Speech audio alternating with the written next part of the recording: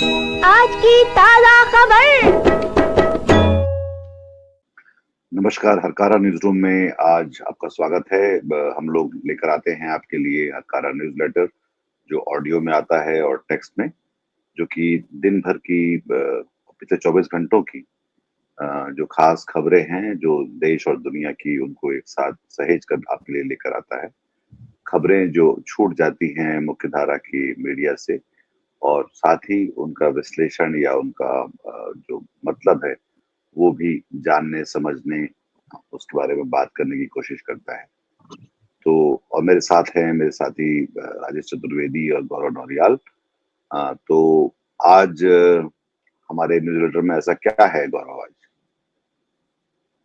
जी morning. आज हम सबसे पहले G7 की बात करेंगे कि G7 में बैठक चल रही थी, अचानक से बीच में ट्रंप चले जाते हैं और जो सोच के कि भाई ईरान इजराइल की जो वॉर चल रही है उस पर बात होनी थी, उसके अलावा यूक्रेन और रूस के मसले पे बात होनी थी, लेकिन ट्रंप ये कह के बाहर चले जाते हैं कि भाई मेरे को लगता है कि इस बैठक में इस ग्रुप का हिस्सा रूस को भी होना चाहिए था, और अगर रूस नहीं होता, मतलब रूस अगर इस ग्रुप का हिस्सा होता, तो आज हम जो यूक्रेन और रूस के बीच में जो देख रही है पूरे यूरोप में उथल पुथल मची हुई है वो नहीं होती।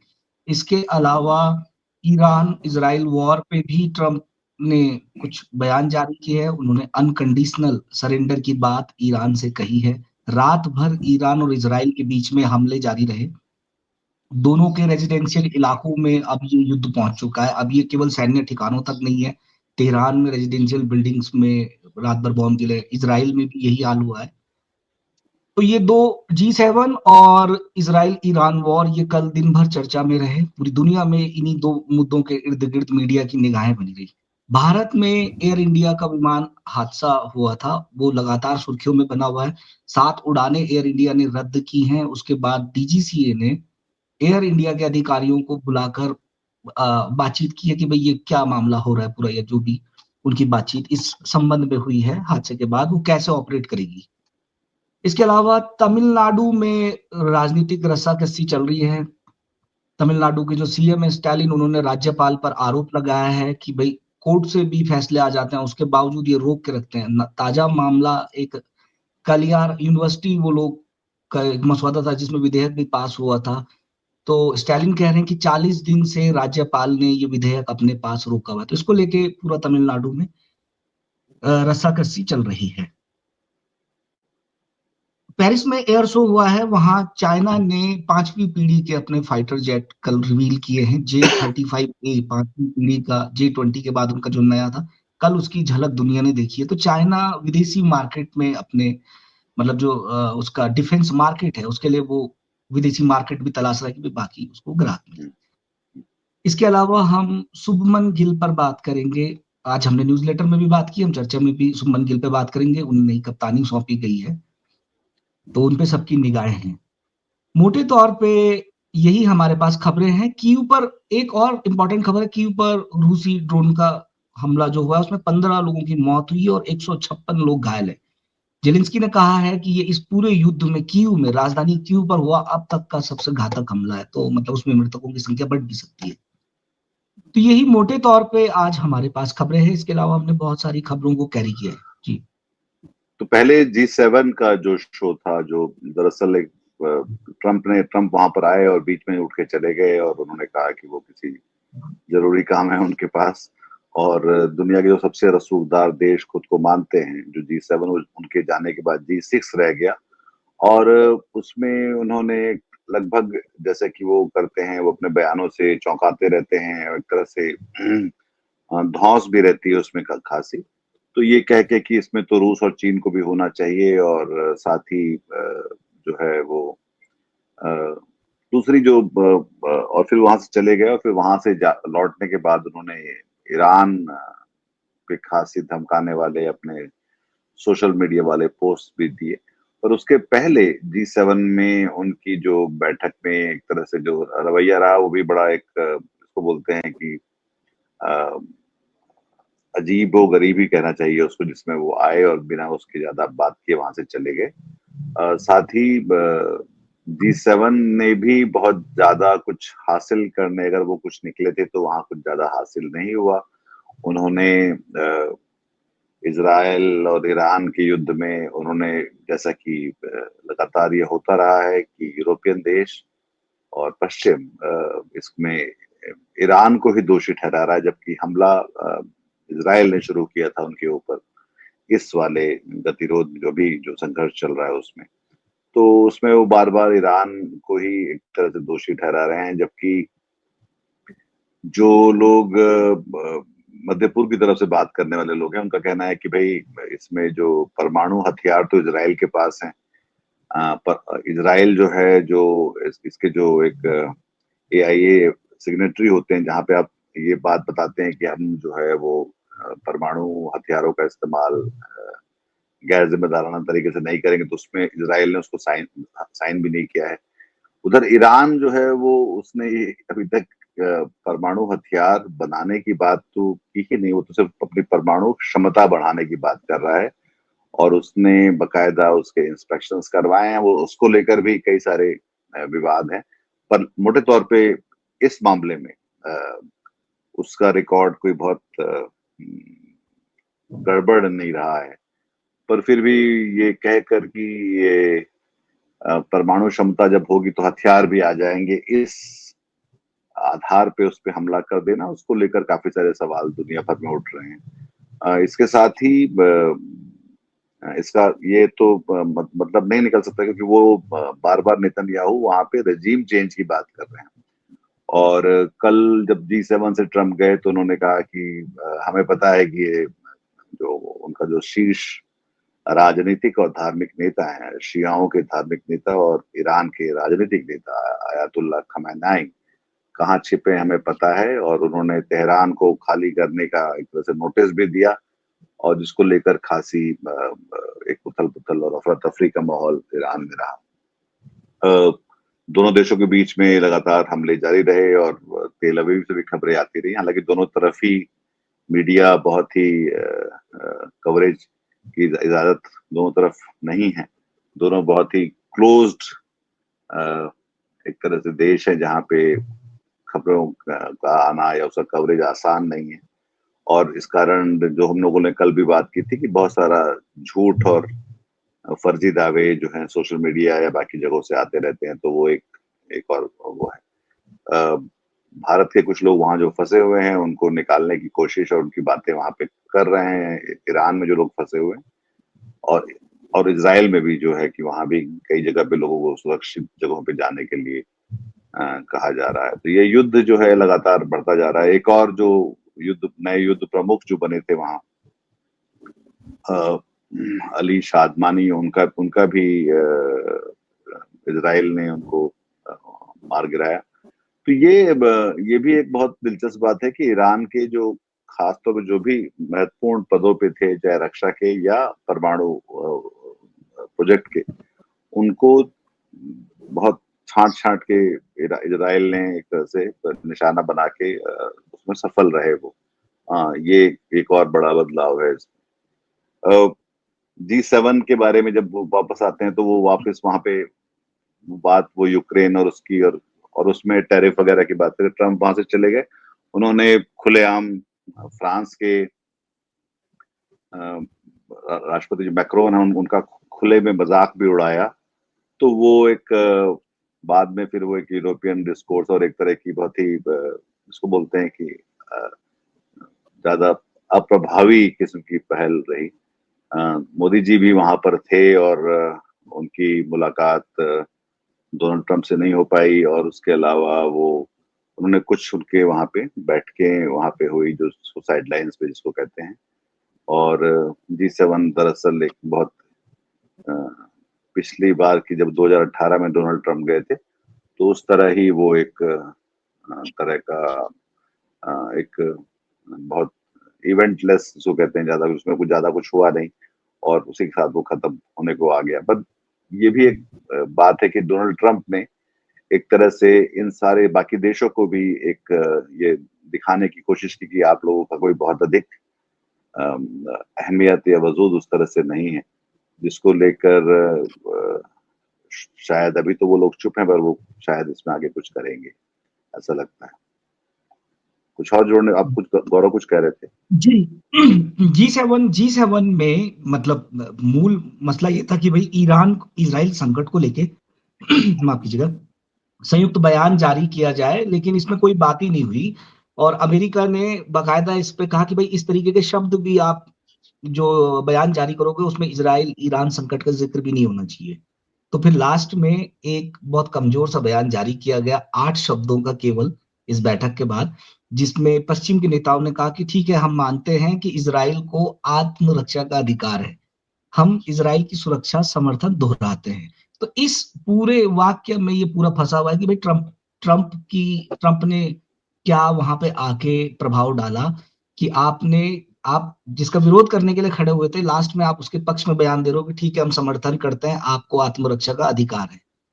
तो ये नहीं, पर वो 8 इजराइल का विरोध करने कभी वहां पे नहीं गए थे। वो पूरा यूरोप और पूरा अमेरिका हमेशा से इजराइल का ही पक्ष लेता है। और दरअसल ये बिल्कुल एक बच्चों की तरह उन्होंने वहां पे बर्ताव किया G7 के नेताओं ने, कि जहां पे मतलब जहां पे हम अपने फैक्ट्स को ही एक्नॉलेज नहीं कर पा रहे, जो तथ्य है उसी को देख नहीं पा रहे हैं, उसी के बारे में अगर हम बात नहीं कर पा रहे हैं कि भाई ये एक वस्तुस्थिति ये है कि जो भी जिस भी मामले में ईरान में रजीम चेंज के बाद नेतन्याहू पिछले 40 सालों से करते रहे हैं, और अब वो कह रहे हैं कि हम आत्मरक्षा में हमें ऐसा करना पड़ रहा है। पर ऐसी कोई मजबूरी या ऐसा कोई जिसको बोलते हैं प्रोवोकेशन तो ईरान की तरफ से इस समय नहीं था, या ऐसा कुछ नहीं था जो पहले से वो नहीं कर रहा था उस तरह से। तो नेतन्याहू की बिल्कुल, अपनी मतलब वो मतलब फंडिंग का चुनौतियां आरोप हैं जी।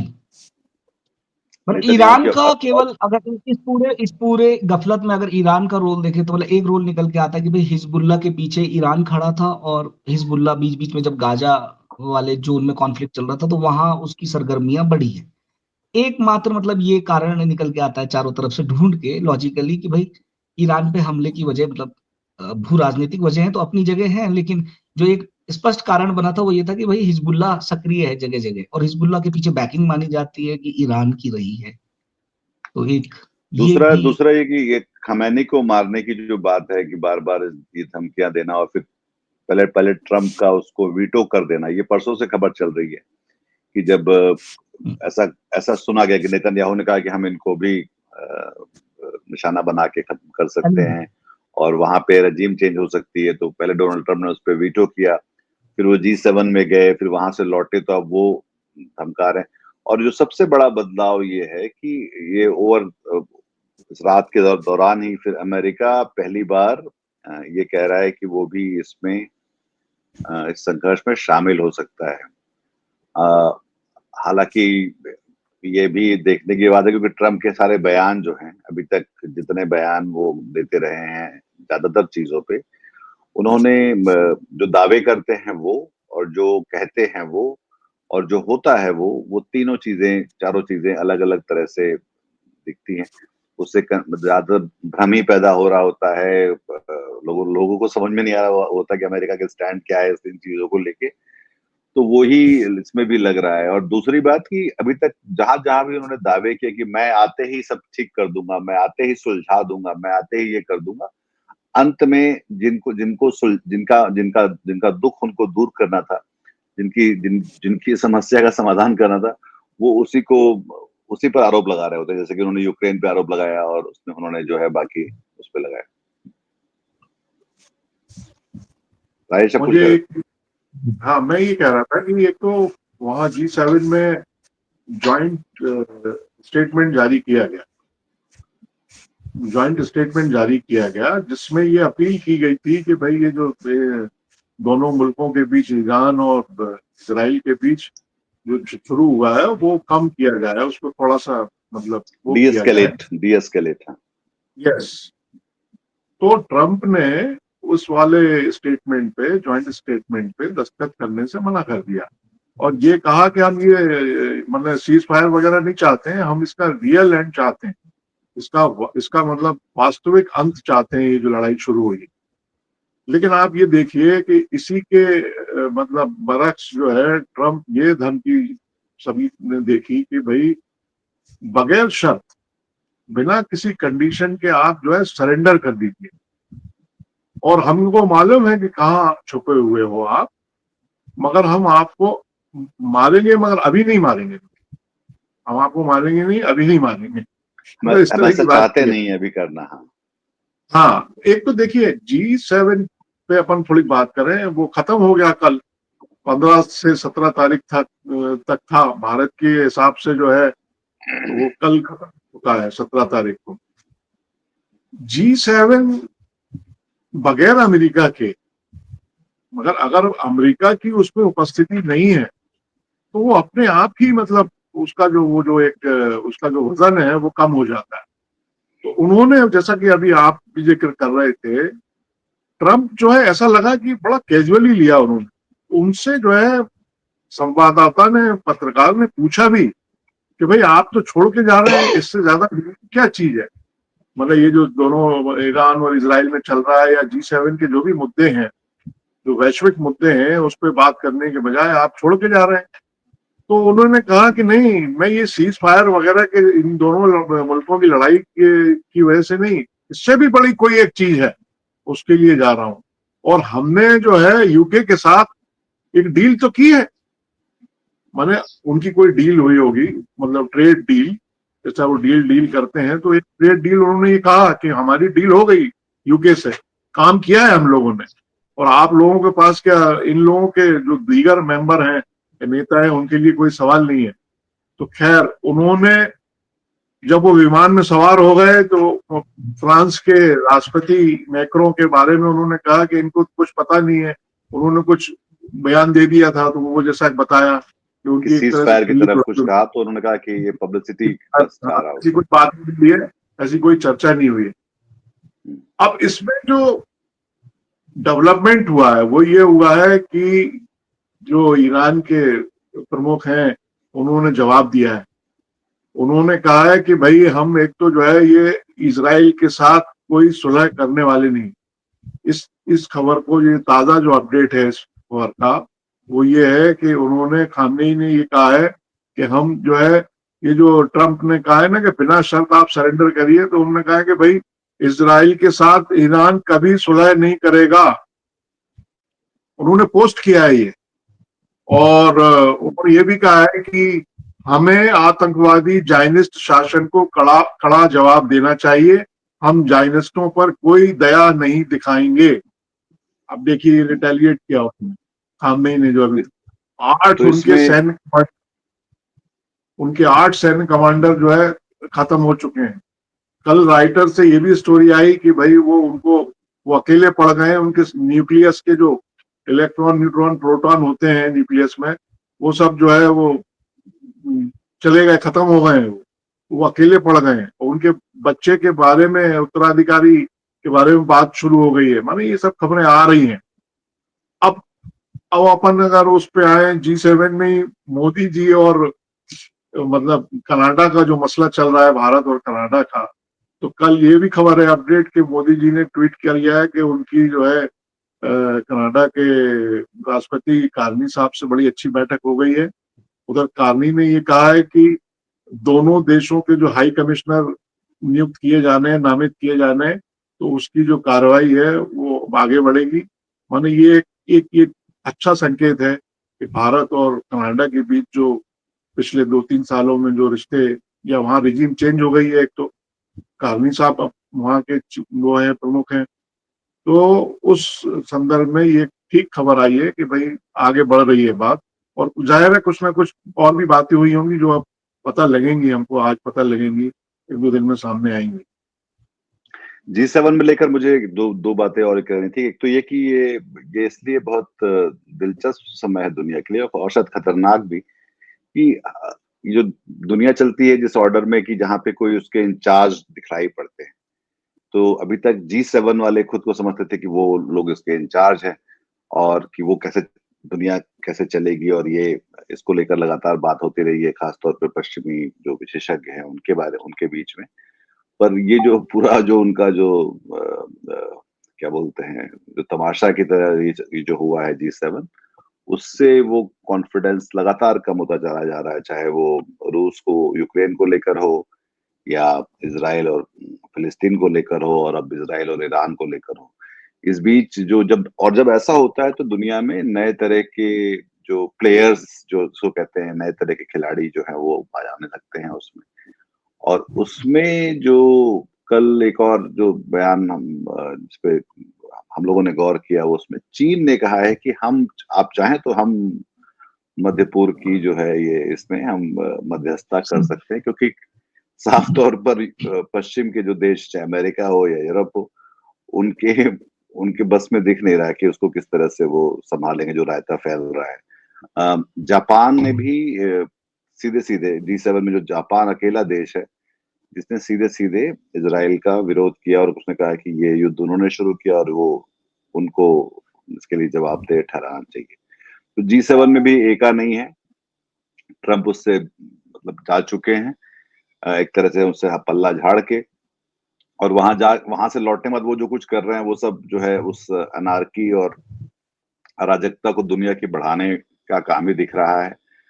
और तो यहाँ तक अभी हम लोग इस बारे में बात करते हैं और अब आगे चलते हैं। तो यहाँ से पहले जो विमान हादसे के बाद के जो परिवर्तन, तो उस पे गौरव बताएंगे हमें कि उसके बाद जी, क्या क्या हुआ। कल शायद 7 एयर इंडिया की हादसे के बाद बहुत सारी एयर इंडिया ने अपनी उड़ानें रद्द की हैं। 7 अंतर्राष्ट्रीय उड़ानें कल रद्द हुई हैं। तो इसके बाद डीजीसीए ने एयर इंडिया को बुला के बैठक की है उनके अधिकारियों से। इन विमानों में जांच में पाया, मतलब जो विमान दुर्घटनाग्रस्त हुआ था उसके बाकी मॉडल में कोई ऐसी गंभीर चूक उन्हें नजर नहीं आई है, लेकिन तकनीकी समस्याएं बाकी प्लेन्स में थी। इसकी वजह से इंटरनेशनल फ्लाइट तक रद्द हुई, और जब ये लगातार एक के बाद एक एयर इंडिया ने फ्लाइट रद्द की, तब जाके डीजीसीए को आना पड़ा। और मंगलवार को डीजीसीए ने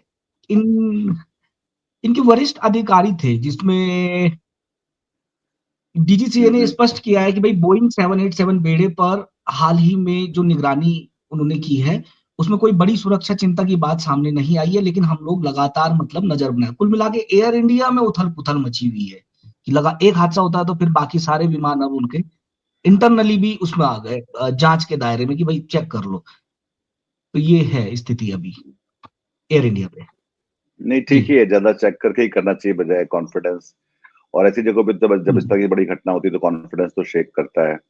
अगली खबर तमिलनाडु की है, जहां पे स्टालिन ने गवर्नर को फिर से निशाना बनाया है, और ये कहते हुए कि जब सुप्रीम कोर्ट ने आपको बता चुके हैं आपको कि भाई आप हमारी फाइलें और हमारे प्रस्ताव रोक के नहीं बैठे रह सकते उस पे, उसके बाद भी राज्यपाल जो हैं उस पे बैठे हुए हैं। तो राजेश, ये मतलब राज्यपाल जो है कितना इसको एक तरह से मतलब, आप जब बहुत समय ऐसा होता रहेगा तो फिर लगेगा कि राज्यपाल जो है वो राज्य की तरफ से काम कर रहे हैं या किसी और के लिए काम कर रहे हैं। हाँ, ये वाकई ये जो एक समस्या है, ये वैसे तो है पुरानी, लेकिन अब इधर इधर जो है पिछले कुछ समय से बड़ी घनघोर हो गई है। माने इसकी जो डेंसिटी है वो बढ़ गया है, घनत्व इस समस्या का। और मतलब जैसा स्टालिन ने कहा भी कि बिल्कुल केंद्र सरकार की ये कठपुतली बन के वो काम कर रहे हैं, जबकि राज्यों में जो हमारा संविधान कहता है, राज्यों में सरकारें जो है गवर्नर के नाम पर चलती, गवर्नर के दस्तखत से ही चलती हैं, ऐसे समझिए। और वही जो है, जो असेंबली में जो विधेयक पास हो रहा है, कानून बनाया जा रहा है, उसको अगर आप रोक देंगे, होल्ड कर देंगे, तो फिर समस्या होगी, बिल्कुल टकराव होगा। तो सुप्रीम कोर्ट का जो उन्होंने हवाला दिया है वर्डिक्ट का, कि भाई सुप्रीम कोर्ट ने जब फैसला दे दिया, और किसी तमिलनाडु अकेले के लिए नहीं है, सुप्रीम कोर्ट का जो फैसला है इस समस्या पर फैसला है और सभी राज्यों के लिए है। तो उसने सुप्रीम कोर्ट ने टाइमलाइन फिक्स कर दी है कि आप जो है 1 महीने में, इतने दिन में जो है फैसला लीजिए, या तो इसको ओके करिए, या फिर अगर आप रोक रहे हैं तो क्यों रोक रहे हैं, मतलब अपनी टिप्पणी करके अपना निर्णय लेके आप अवगत कराइए। नहीं साहब, लेकिन उसको अगर रोक लिया जाएगा, उस पर कुछ किया ही नहीं जाएगा, तो समस्याएं होंगी, क्योंकि इलेक्शन में उनको जाना है। जो पार्टी राज कर रही है, चाहे वो बीजेपी हो चाहे कोई पार्टी हो, ऐसे ही जो है नहीं, ये पर पहले खास तौर पे उन राज्यों में ज्यादा दिक्कत है जहां पे गैर भाजपा शासित प्रदेश है। पहले कलकत्ता, बंगाल में भी ऐसा होता रहा जब इस समय के जो धनखड़ साहब वहां पे थे, और तब भी लगातार वहां पे उनके बीच में खींचातानी चल रही थी। तो ये जो एक संविधान के हिसाब से जो रबर स्टैंप है बेसिकली, उसका कोई सिर्फ ये है कि जब कुछ कोई संवैधानिक संकट हो तब तो उनकी कोई भूमिका है, नहीं तो उन्हें क्यों इसको ज्यादा दखल देकर और ये करना चाहिए। तो ये साफ तौर पर दिख रहा है कि जो वो केंद्र से ज्यादा शायद प्रभावित है, या उनके कहने पर इस तरह से चल रहे हैं, जो स्टालिन का आरोप भी है।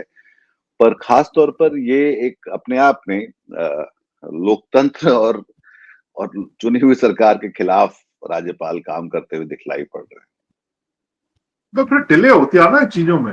भाई जो काम आपको कल से शुरू करना है, अगर वो 6 महीने लेट हो जाएगा तो चीजें जो है डिरेल हो जाएंगी। कोई भी विधेयक पास हुआ है, कानून बना है, तो वो उसका पहला वो उद्देश्य क्या होता है कि उसको क्रियान्वित किया जाए। विधानसभा में, असेंबली में जनता के जो निर्वाचित जनप्रतिनिधि हैं, वो विचार विमर्श करने के बाद उसमें उसमें समग्रता है। वो विचार जो है कोई एक पार्टी नहीं कर रही है विधानसभा में, सारे दल मिलके उस पर विचार करते हैं और फिर जो फैसला होता है, कानून बनता है, तो उसको लागू करना प्राथमिकता होती है। वही अगर नहीं होगा तो फिर कानून बनाने का या उस संस्था का जहां कानून बनाए जा रहे हैं, जहां नियम बनाए जा रहे हैं, उस पर संस्था के की मतलब भूमिका पर सवाल पैदा होगा कि फिर ये कर क्या रहा है, इसका फिर रोल क्या है, इसकी जरूरत क्या है इस संस्था की। जो संस्था कानून बना रही है, अगर वो कानून लागू नहीं होगा, वो क्रियान्वित नहीं होंगे नियम, तो फिर उस संस्था का, नियम बनाने वाली संस्था का औचित्य क्या है, ये बहस शुरू होगी। और डेमोक्रेसी में मतलब ये बहुत इंपॉर्टेंट सवाल है, मेरे ख्याल में सबसे ज्यादा महत्वपूर्ण सवाल है कि भाई जनता अगर नियम बना रही, जनता बना रही ना, और जनता द्वारा चुने गए जनप्रतिनिधि नियम बनाते हैं, कानून बनाते हैं, मतलब परोक्ष रूप से, इनडायरेक्टली जनता बनाती है, वो जनता द्वारा बनाया गया कानून। और अगर आप उसको लागू करने में या उसको जल्दी से जल्दी इम्प्लीमेंट हो, उसमें बाधा बनेंगे, तो बात तो होगी। वही उन्होंने किया है स्टालिन ने। आगे चलते हैं हम लोग। एक जो छोटी सी खबर वो ये है कि पेरिस एयर शो में जो है चीन ने फिर वो अपने नए जहाज दिखाए हैं, और साथ ही वो एक नया जो युद्धक पोत लेकर आने वाले हैं इस साल के अंत में, जिसमें 36 जहाज जो जिसमें रहेंगे, जो 36 लड़ाकू जहाज जिसको रख सकते हैं। तो वो एक छोटी सी खबर है, जो छोटी सी पर महत्वपूर्ण खबर है। इसके अलावा पर जो लोग क्रिकेट पे आते हैं, हम लोग शुभमन गिल जो हैं वो एकदम भाई नौजवान, और एक तरह से जनरेशन बदलाव क्रिकेट में हुआ है। 20 जून से जो टेस्ट मैच शुरू हो रहा है उसमें वो भारत के कप्तान के तौर पे उतरेंगे, जिसको लेकर बीबीसी और बाकी जगह भी, मतलब इंग्लैंड की प्रेस ने भी काफी उनको नोटिस में लिया है। उनका परफॉर्मेंस ज्यादातर आईपीएल वगैरह में तो बहुत ही धमाकेदार रहा है, पर होता यही है कि जब एक खिलाड़ी का होना और फिर बतौर कप्तान खेलना, दोनों में काफी सारे एक तरह से अलग अलग चीजें होती हैं। तो टेस्ट मैच में भी उनका प्रदर्शन अभी देखा जाना है, तो काफी युवा हैं। तो इसको लेकर एक विस्तार से एक खबर है, जो अगर आप क्रिकेट को पसंद करते हैं तो शायद आप उसको पढ़ना चाहें और उसको साझा भी करना चाहें। हम आज का ये न्यूज रूम जो हमारी मीटिंग है, इसको हम यहीं पे खत्म करते हैं। आज की हम लोग निगाह रखेंगे जो ईरान और इजराइल के बीच जो संघर्ष चल रहा है, साथ ही जो भारत में अब शायद मोदी जी वापस आएंगे तो देखा जाएगा कि हमारा हासिल उसमें क्या रहा कनाडा जाने के साथ में।